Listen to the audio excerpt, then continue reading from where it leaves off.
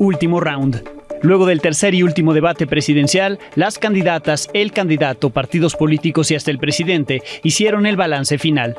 En el estudio, nuestros colaboradores, expertos en los temas abordados, analizarán lo que presentaron. Ataques y homicidios. Sigue la violencia contra candidatos en el país. El fin de semana fue el más violento del año. 6 años en fosa. Familiares de desaparecidos de Tamaulipas reclaman la entrega de los cuerpos de sus hijos, a quienes marinos se llevaron hace 6 años. Los encontraron muertos a los 2 meses y desde entonces están en una fosa común. Sin agua y sin ganado. En Tamaulipas, las temperaturas extremas y la sequía han provocado la muerte de decenas de cabezas de ganado, afectando la economía de la zona.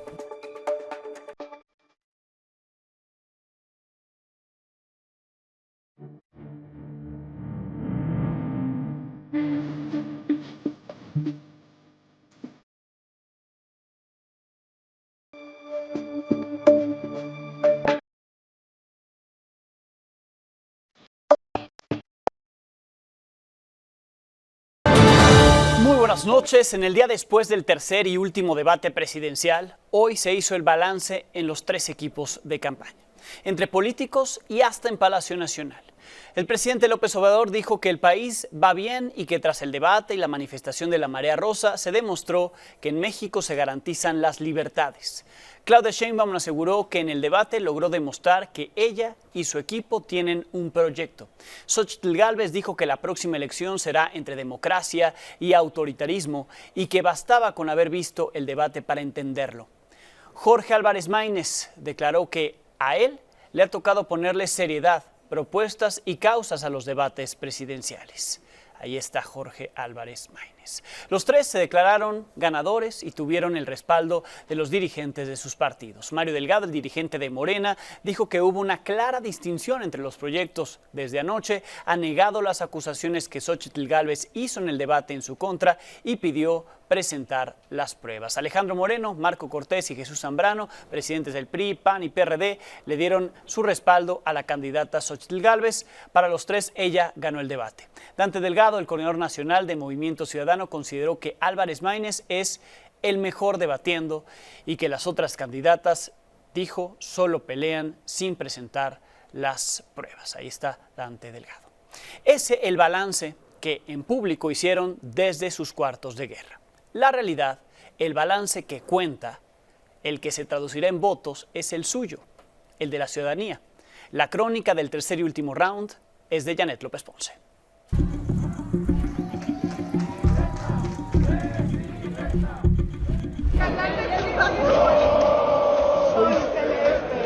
Voy por la Sheinbaum y el América. Tranquila, confiada. ¿Considera que fue un proceso electoral violento? Pues depende cómo lo considere uno. Sí, nosotros no hemos dejado de crecer en todas las encuestas. El telón de los debates presidenciales se cerró este domingo. Sin memes, pero con muchos golpes. No nos merecemos un debate presidencial lleno de calumnias y lleno de mentiras. Al debate venimos también a contrastar ideas, que no se espante. Todas las señoras, todos los señores, los jóvenes me dijeron que por favor no usara carteles ridículos. El tema que desató los golpes más contundentes fue la inseguridad y el crimen organizado, donde Claudia y Xóchitl se enfrentaron entre acusaciones y evasivas. Y Maínez les daba a ambas la estocada final. Calderón tomó una de las decisiones más terribles en nuestro país, la guerra contra el narco, y puso al frente de esa guerra a un personaje siniestro, García Luna, que hoy está preso en los Estados Unidos. Como la señora Sheinbaum y su secretario recibieron sobornos, recibieron droga, y como me va a decir que presente la denuncia, pues ya la presenté. Nada más decir que las fuentes de ese libro, yo creo que son mejores las del libro de La Reina del Sur de Pérez Reverte, o mejor le recomiendo ciencia ficción, ¿por qué no lee a Ray Bradbury, Fahrenheit 451, de plano Crónicas Marcianas? Resulta que en 2019 Mario Delgado, presidente de Morena, se asoció con Sergio Carmona, vinculado al crimen organizado. Mario Delgado está bajo investigación criminal por agencias de seguridad de Estados Unidos. Miren, estos sí son hechos. El PRIAN tiene más gobernadores y prófugos que en funciones. ¿Cómo va a tener el carácter para enfrentar a los delincuentes si los lleva en las primeras posiciones de las listas plurinominales del PRI y del PAN? Contrario al abanderado naranja, las dos mujeres candidatas evadieron los temas de las libertades y prefirieron hablar de pecados. Nunca más una mujer en la cárcel por decidir sobre su cuerpo. Nunca más un joven por fumar marihuana en la cárcel. ¿Le contaste a su santidad cómo usaste la Virgen de Guadalupe en una falda, a pesar de que no crees en ella ni en Dios? Entre los golpes y las acusaciones, incluidas las ya prohibidas por el INE, aprovecharon su última oportunidad para diferenciarse rumbo al 2 de junio. Ellos son la corrupción, nosotros somos la honestidad. El camino que yo te ofrezco, un gobierno honesto. Les he dicho a los jóvenes que deben de votar este 2 de junio, que incluso es preferible que voten por cualquiera de esas dos opciones a que no voten. Así, cerraron el telón de los debates para dar paso a la función estelar, cuando el 2 de junio se elija a solo un protagonista. Para Milenio Noticias, Janet López Ponce. Eunice Rendón, Paola Zavala, Miguel Eraña, colaboradores de este espacio, conocen muy bien de los temas que se abordaron en este tercer y último debate: seguridad, política internacional y migratoria, democracia y pluralismo. Bienvenidos los tres. ¿Cómo están? Buenas noches. Gracias, buenas noches. Empiezo con Paola. El tema de seguridad, se habló de prisión preventiva oficiosa, tema que hemos abordado contigo. También se habló de algunas libertades, o al menos uno de los candidatos sí lo quiso hablar. El combate al narcomilitarismo. ¿Cuáles serían tus conclusiones? ¿Qué le faltó a las propuestas de los tres? Bueno, empezaría primero como enmarcando el diagnóstico general que pusieron los tres en este tema de seguridad. Xóchitl dice este gobierno ha sido un fracaso y pone dos datos, ¿no? 50,000 desaparecidos, 186,000 asesinados. Después Claudia dice no, el presidente Andrés Manuel terminó con la guerra y construyó paz atendiendo las causas, ¿no? Pero bueno, pues para mí ahí creo que le quitaron el nombre de guerra, pero todos sabemos en México que los niveles de homicidios que se estaban dando ahí mismo y que de militarización y de violencia en México pues son de niveles de una guerra. Y Jorge Lainez cambia la lógica y dice, esta lógica del PAN, del PRI, del PRD y de Morena, de prohibicionismo, militarismo, punitivismo, es la misma, yo quiero cambiar eso me pareció muy interesante, y habla de privilegiar los delitos graves. Y ahí aprovecho para decir, no más mujeres presas por abortar, que fue muy importante y muy impactante frente a dos mujeres que permanecieron en silencio, sobre todo cuando es una postura política en el tema de las mujeres, y que no haya jóvenes en la cárcel por traer un porro, que también me lleva a pensar en lo que está pensando en el materia de punitivismo. Ahora, sí que te platico como lo que vi en contraste de las propuestas. Ya en temas de militarización y Guardia Nacional, Claudia dijo más y mejor Guardia Nacional, que significa también, entiendo por esto, sostener las tareas civiles que le han dado a la Guardia Nacional en este sexenio, con toda la poca transparencia y el abuso de poder que esto conlleva. Xóchitl dice Guardia Nacional, pero con mando civil, ¿no? Y voy a fortalecer las policías estatales y municipales, digamos un punto ahí medio. Y Maínez dice, yo sí quiero terminar con la militarización, proponiendo fortalecer las policías municipales y civiles.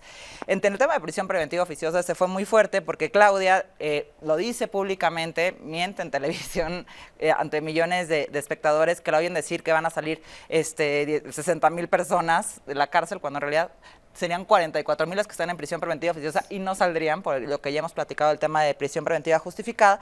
Pero ella dice, yo sí quiero la prisión preventiva oficiosa, incluso la propone en el delito de extorsión, y dice que, bueno, que esto nos lleva a pensar que también va a estar buscando que las fiscalías sigan actuando como están actuando, que es con bastante ineficiencia a no comprobar los delitos. Xóchitl dice no, yo estoy en contra de la prisión preventiva oficiosa, no ahonda, y también Maínez. En el tema de atender las causas, Xóchitl y Claudia coinciden en fortalecer la cultura y la educación, pero bueno, a mí me parece muy interesante lo que dice Claudia, propone un programa que sí en materia de prevención me parece muy necesario, que se llama Jóvenes Uniendo a la Nación, en el que busca también dar un sentido de vida a todos los jóvenes que están vinculados de manera forzosa, voluntaria en los temas de narcotráfico.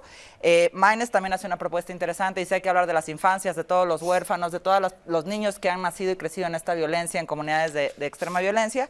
Y finalmente en el tema de búsqueda de personas, dice Claudia Sheinbaum que hay que desarrollar un método de búsqueda, ¿no? que quien desarrolla el método de búsqueda de la Ciudad de México, que también está a nivel nacional, que sabemos que desmantelaron la Comisión de Víctimas, de búsqueda, perdón, sí. Y entonces, bueno, ahí vamos a continuar con esto. Xóchitl dice que ella va a acompañar a las víctimas y va a encabezar las comisiones de la de la Comisión Nacional de Búsqueda sin ahondar.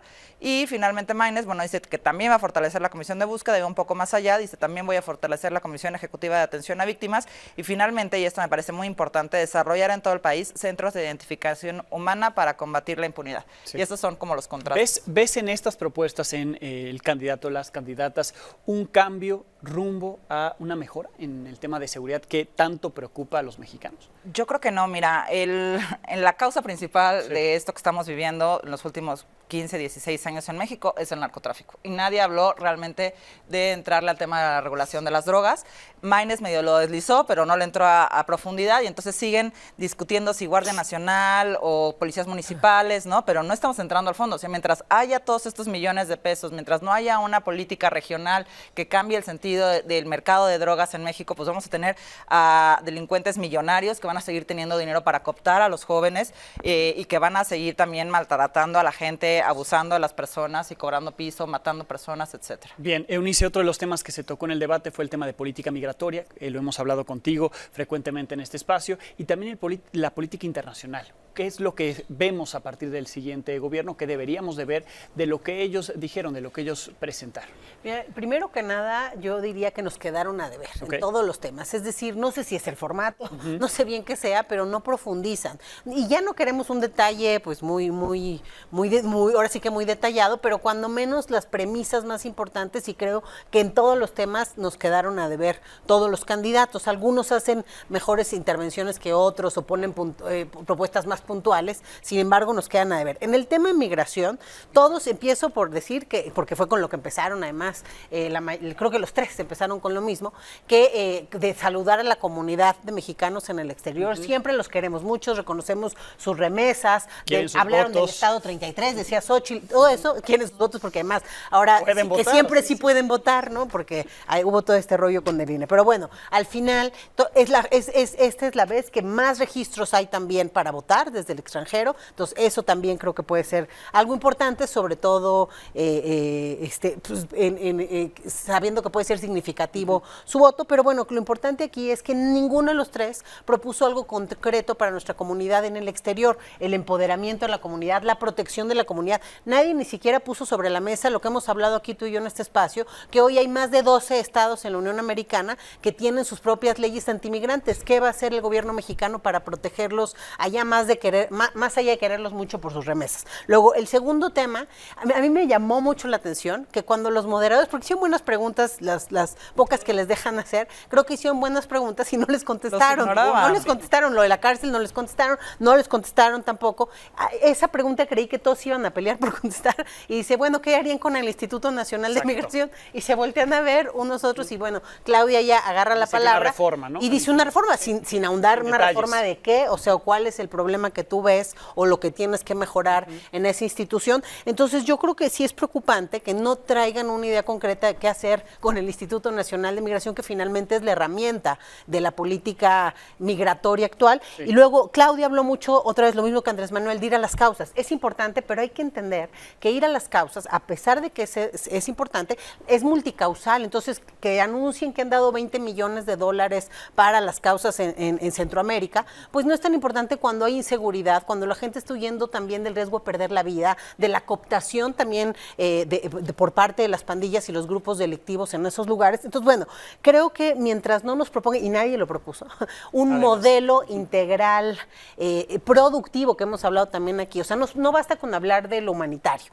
hay que hablar también de la integración económica y social. ¿Cómo vamos? Nadie mencionó, me impresionó que nadie mencionara estos campamentos que hoy tenemos en la Ciudad de México y en otros estados. ¿Qué vamos a hacer con nuestra migración en tránsito? ¿Qué vamos a hacer con esos aumentos que además vienen ya de otras regiones? Que son, creo que Maynes sí dijo que eran unidades familiares. Xochitl dio un diagnóstico que no me gustó más cómo lo dijo afuera que adentro, pero yo creo que se pone nerviosa, pero al final dio un buen diagnóstico de cómo están las cosas, pero no propuso nervioso qué hacer para componer finalmente esas cosas. Y Claudia ahí habló hacia el sur, puede ser interesante este desarrollo con la CELAC y viendo hacia el sur también el tema migratorio para trabajar pues también con los países expulsores, pero creo que sí le hace falta este tema de un modelo más integral. Bicentenario, pues se parece mucho a Mérida, la verdad, aquí decirlo entre nosotros.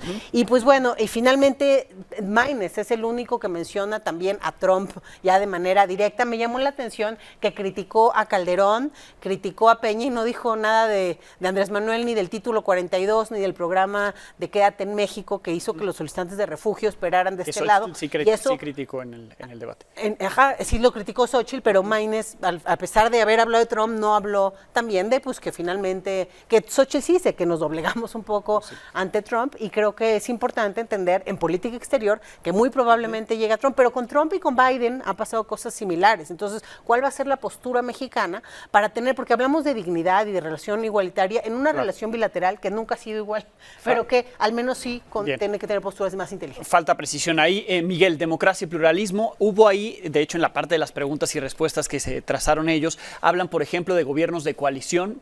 ¿Cómo viste las respuestas que dieron? Te preguntaría sobre eso y también sobre esta reforma al Poder Judicial, y aquí lo relacionaría con lo de Paola. Si una reforma no solucionaría entonces este tema de la prisión preventiva oficiosa, o lo debería de solucionar si ahí está el riesgo. Adelante.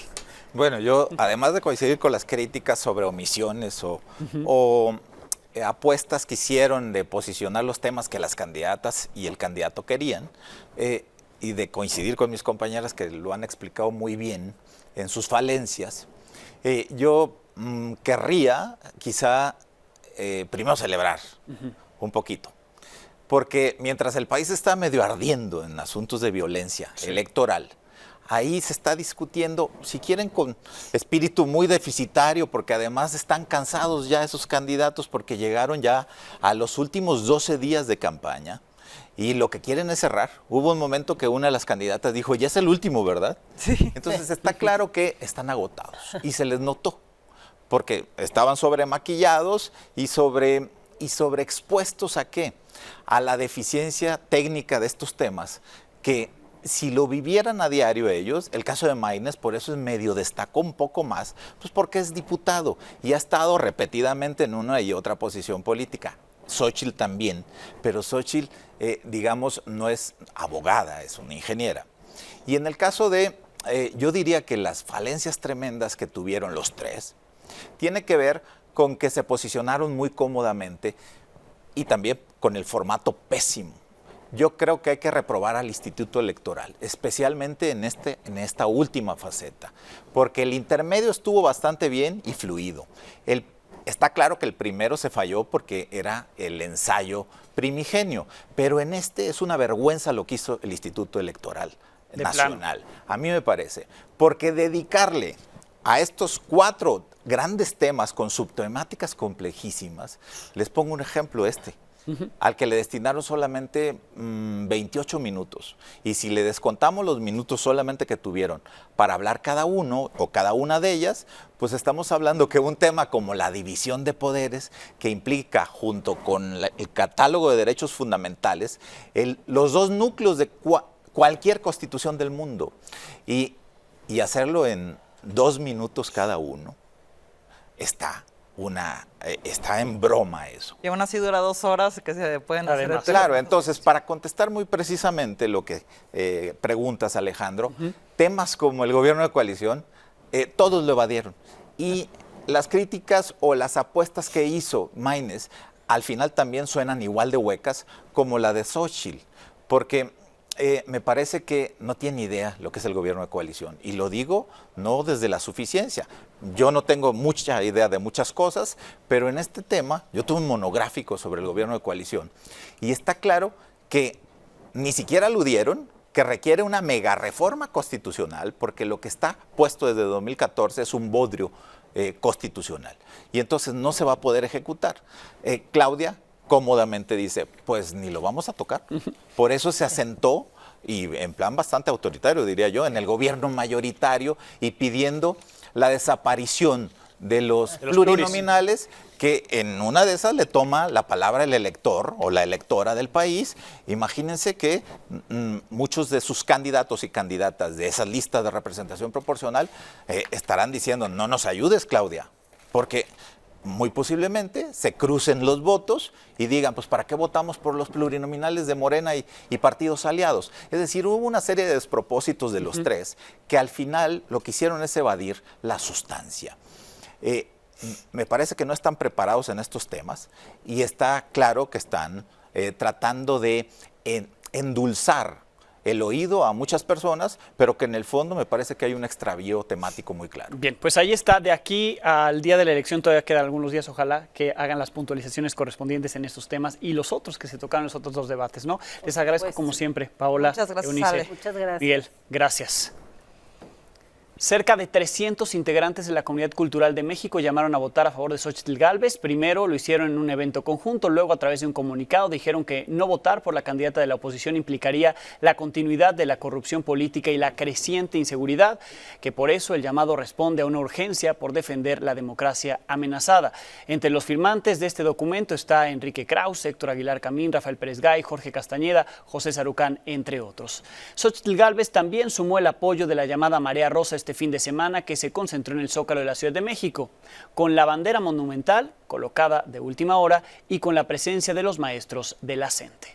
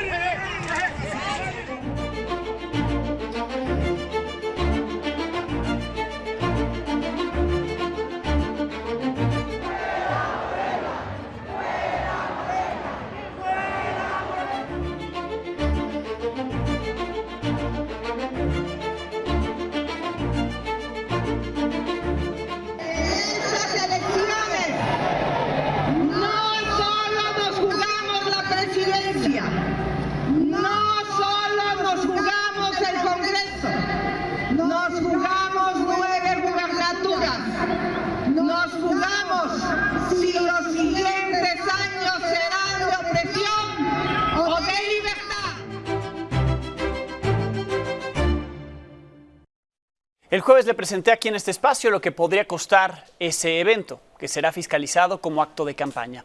Ahí estuvieron fiscalizadores del INE haciéndoles la cuenta. Este es un trabajo de Omar Brito.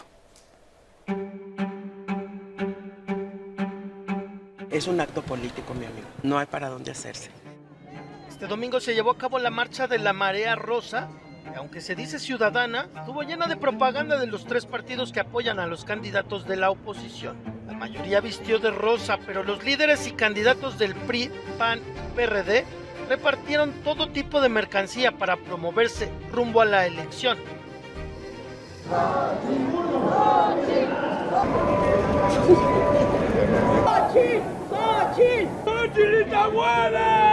Es un acto político, es un acto en donde estarán convocando a toda la gente que está acompañándolos. Entonces, todo evento político es revisado por el instituto. Fue la advertencia de la presidenta del INE y la cumplió. Fiscalizadores del organismo se presentaron en las diversas manifestaciones que hubo en el país y en algunos no fueron bien recibidos.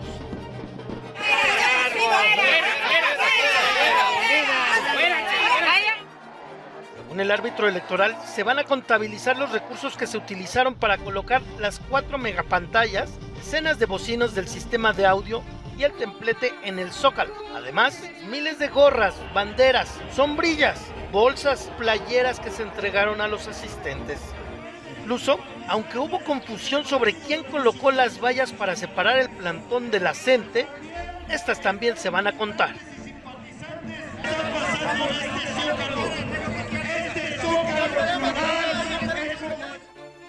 La Secretaría de Gobernación aclaró que los convocantes a la manifestación fueron quienes pagaron la renta de estas vallas. Con los oradores principales del acto fueron Xóchitl Gálvez y Santiago Taboada. Les pidieron el apoyo para ganar el próximo 2 de junio. También se contará como un acto de campaña más. En imágenes de Jaime Martínez para Milenio Noticias, Omar Brito. Los maestros integrantes de la Coordinadora Nacional de Trabajadores de la Educación, que estuvieron ahí en su plantón, encabezaron ahora su 6º día de protestas, bloquearon la circulación en Paseo de la Reforma. Algunos fueron a una reunión con la secretaria de Gobernación, con Luisa María Alcalde, sin un pronunciamiento posterior a la misma. Esta noche el campamento que instalaron en el Zócalo, ahí se mantiene. En la Ciudad de México esta tarde se reunieron los integrantes del Gabinete de Seguridad Federal con el Consejo General del Instituto Nacional Electoral para revisar la estrategia de seguridad para el próximo 2 de junio. En este encuentro se informó que hasta esta tarde se han recibido 532 solicitudes de protección federal por parte de candidatos. 45 fueron declinadas por los solicitantes, 487 fueron atendidas, ya cuentan con protección federal. Se acordó establecer canales eficaces de comunicación para garantizar, según este documento, un proceso electoral en paz, libertad y en armonía. A pesar de las reuniones, a menos de 2 semanas de la elección, en Chiapas los ataques contra candidatos están fuera de control. En tan solo 48 horas hubo 4 agresiones en las que fueron asesinadas 9 personas. La primera, la noche del viernes, fue contra la candidata a la alcaldía de San Cristóbal de las Casas por el Partido Verde, Linda Higuera, sin que se reportaran heridos, pero sí un ataque. La segunda, la noche del sábado, hombres armados atacaron el convoy del candidato a la presidencia municipal de Villa Corso por Morena, Robertoni Orozco. 3 personas fueron asesinadas, 2 resultaron heridas. Horas más tarde, en Mapastepec, un comando emboscó la camioneta en la que viajaba el candidato de Morena a esa alcaldía, Nicolás Noriega. Ahí 5 colaboradores del candidato fueron asesinados, 3 quedaron heridos. La tarde del domingo, 2 hombres armados dispararon contra los asistentes a un mitin de la candidata de Morena a la alcaldía de Rincón Chamula, María Hernández. Una persona fue asesinada, 2 resultaron heridas. Fuimos atacados con gente de Marcelo, con Marcelo Girón Bautista, gente de Marcelo Girón Bautista con ráfagas de R15. No lo quieren aceptar la mujer por ser la mujer, porque se creen muy machista. El día 2 de junio queremos que nos mande policía, Guardia Nacional, y que queremos paz, tranquilidad, que pase bien el 2 de junio. La presidenta provisional del Instituto de Elecciones de Chiapas, Magdalena Vila, reveló que en lo que va de este proceso electoral han renunciado 515 candidatos y candidatas, 29 por el tema de inseguridad. El resto por supuestos motivos personales, que van desde cuestiones de salud hasta cambios de domicilio, o pretextos porque son amenazados, porque así está Chiapas. Pero este fin de semana la violencia no se limitó a Chiapas. Entre el viernes y el domingo hubo 280 homicidios dolosos en todo el país, con lo que se colocó como el fin de semana más violento desde mayo del 2021. Tan solo el domingo la cifra de homicidios llegó a 104 casos, por lo que fue el día con más asesinatos de este año 2024 y de los últimos 11 meses. Los estados con más asesinatos en todo el fin de semana fueron Guanajuato, 34 homicidios dolosos, el Estado de México 28, Nuevo León 27, Michoacán 22, Jalisco 21, y son números, pero en realidad son personas, vidas que se perdieron, fueron asesinadas esas personas. Entre los hechos violentos que se registraron este fin de semana está el multihomicidio en el municipio de El Salto, en Jalisco, donde 5 personas fueron asesinadas a unos metros del balneario Agua Blanca. Se trata de 2 mujeres, 3 hombres que, según los medios locales, fueron interceptados por hombres armados que les dispararon sin intercambiar palabras. Hasta el momento no se han dado detalles de las víctimas ni de la investigación del crimen. Los jóvenes Noé Ignacio y Jonathan llevan 6 años en una fosa común, luego de ser víctimas de una desaparición forzada en Nuevo Laredo, Tamaulipas. Sus madres están en la Ciudad de México y desde aquí exigieron que les entreguen los cuerpos, al asegurar que están agotadas por este proceso. Han presentado distintas quejas, distintas son las irregularidades a las que se han enfrentado. Aquí el recuento del caso.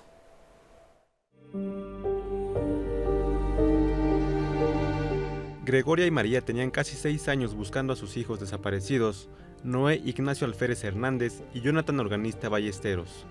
Hoy ya saben en dónde están, pero las autoridades les han dado largas para entregarles sus cuerpos desde octubre del año pasado, aunque ahora la Fiscalía General de la República ya se comprometió con ellas. Nos dijeron que en mes y medio nos entregaban los restos de nuestros hijos, ¿verdad? Que iban a ir al Nuevo Laredo. Le sacaron las pruebas, ¿verdad? Y van a ir todos para que nos expliquen cómo fue todo el proceso. Noé, Ignacio y Jonathan desaparecieron en febrero de 2018, tras ser detenidos por la Marina mientras iban en un coche en la colonia Infonavit en Nuevo Laredo, Tamaulipas. Y aunque sus cuerpos aparecieron en una fosa clandestina en abril de ese año, a solo 33 kilómetros de distancia, nunca se dio aviso a las familias y fueron enviados a una fosa común en calidad de desconocidos. En ese lapso, Gregoria y María nunca dejaron de buscarlos. Los busqué en las brechas, los busqué en los hospitales, los busqué en la Cruz Roja. Anduvimos por casi toda la República Mexicana, en los penales, y los encontraron a los 2 meses. Y nunca nos avisaron, nunca nos dijeron nada, nos trajeron con engaños. Después de 6 años nos dijeron que ya ellos, pues que los habían encontrado. Los recuerdan como personas trabajadoras. Noé Ignacio tenía 22 años y Jonathan 17. Él era estudiante y de salir de la prepa se iba a un car wash y ayudarle al muchacho y pues se lo llevaron. Ambos jóvenes eran amigos y según denuncia el Comité de Derechos Humanos de Nuevo Laredo, los dos fueron víctimas del operativo Laguna, con el que el entonces gobernador Francisco García Cabeza de Vaca pidió apoyo al exsecretario de Marina, Vidal Francisco Soberón, para combatir la incidencia delictiva. Gregoria y María exigen justicia y están a la espera de la respuesta de la fiscal especializada en derechos humanos de la FGR, quien se había comprometido a reunirse con ellas antes del 30 de abril. Ya fue mucho tiempo. Ya yo ya quiero que me entreguen sus restos para poder que él descanse también y descansar un poco yo, aunque pues yo no voy a descansar. Milenio Noticias.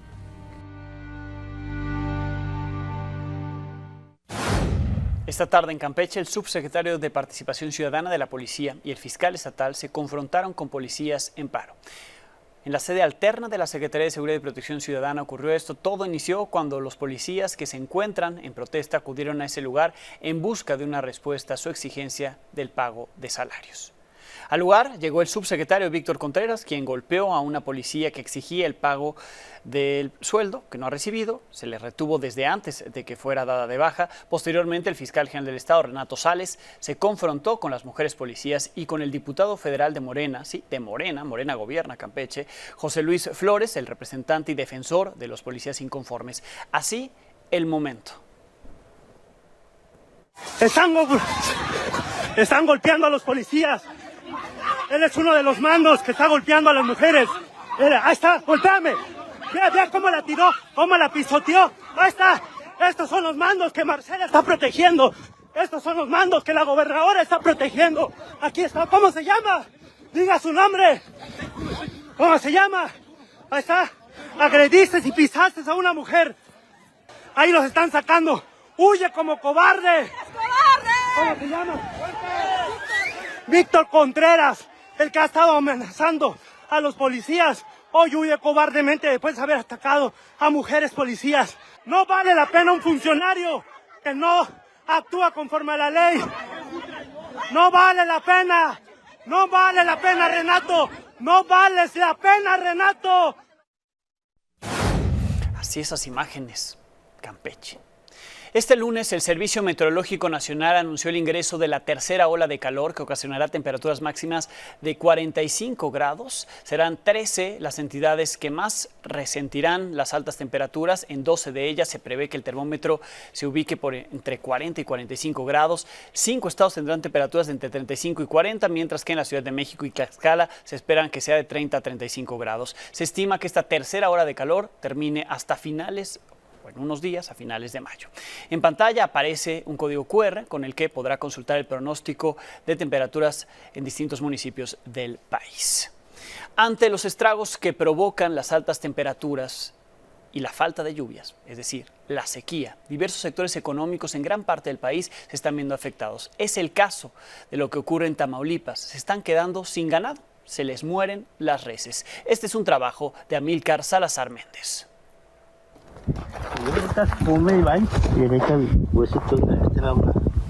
Chaval, y esas murieron el mismo día.